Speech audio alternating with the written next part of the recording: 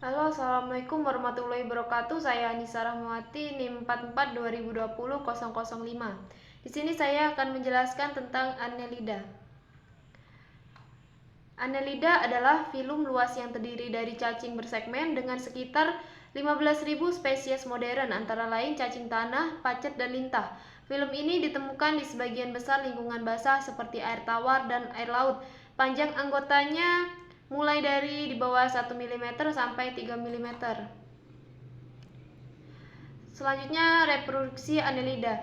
Reproduksi Annelida terjadi secara seksual atau aseksual. Reproduksi secara seksual dengan cara fragmentasi atau pemutusan sebagian tubuhnya, namun sebagian besar Annelida bereproduksi secara seksual. Selanjutnya yaitu morfologi Annelida. Annelida menampilkan bentuk tubuh simetri bilateral dan seperti cacing dalam morfologi keseluruhan.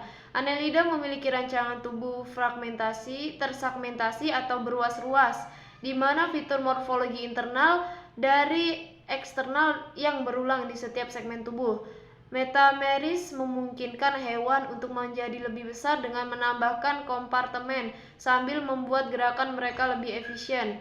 Metameris ini diduga berasal dari sel telobas, identik dalam tahap embrio yang berkembang menjadi struktur mesoderm. Identik tubuh secara keseluruhan dapat dibagi menjadi kepala, badan, dan pygidium atau ekor.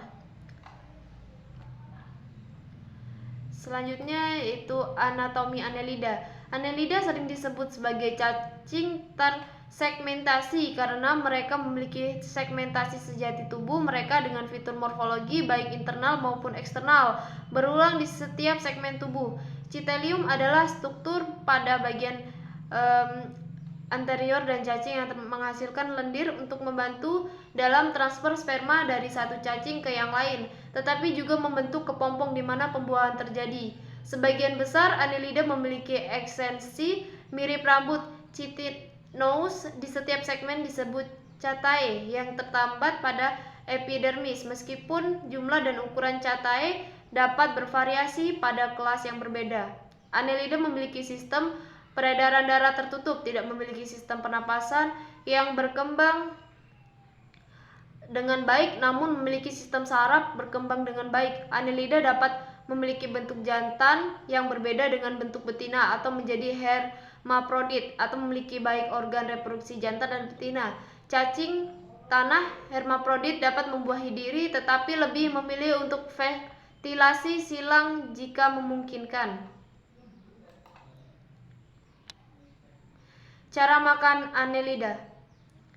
Annelida makan dengan cara menelan substrat melalui mulut. Annelida telah memiliki sistem pencernaan sempurna yang terdiri atas mulut, faring, esofagus atau kerongkongan, usus, dan anus.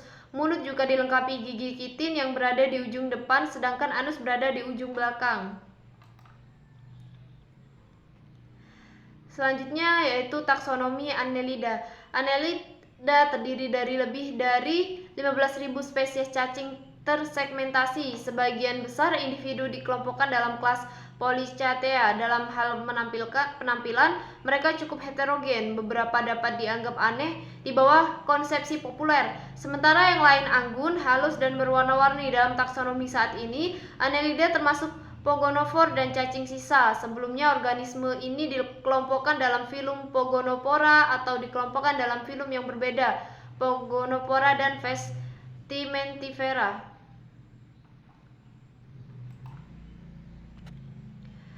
Selanjutnya yaitu keuntungan ekonomis Annelida. Cacing laut merupakan sumber daya perikanan di Indonesia yang masih terabaikan, padahal kandungan gizinya cukup tinggi. Kandungan protein cacing laut rata-rata di atas 50% dan kandungan protein ikan dan udang perairan laut dalam yang berturut-turut sebesar 16-17,5% dan 15-18%. Oleh karena itu, cacing laut merupakan salah satu alternatif protein hewani untuk memenuhi kecukupan protein bagi masyarakat Indonesia selain ikan, ayam, dan telur. Mungkin itu saja presentasi dari saya, kurang lebihnya saya mohon maaf. Saya akhiri, wassalamualaikum warahmatullahi wabarakatuh.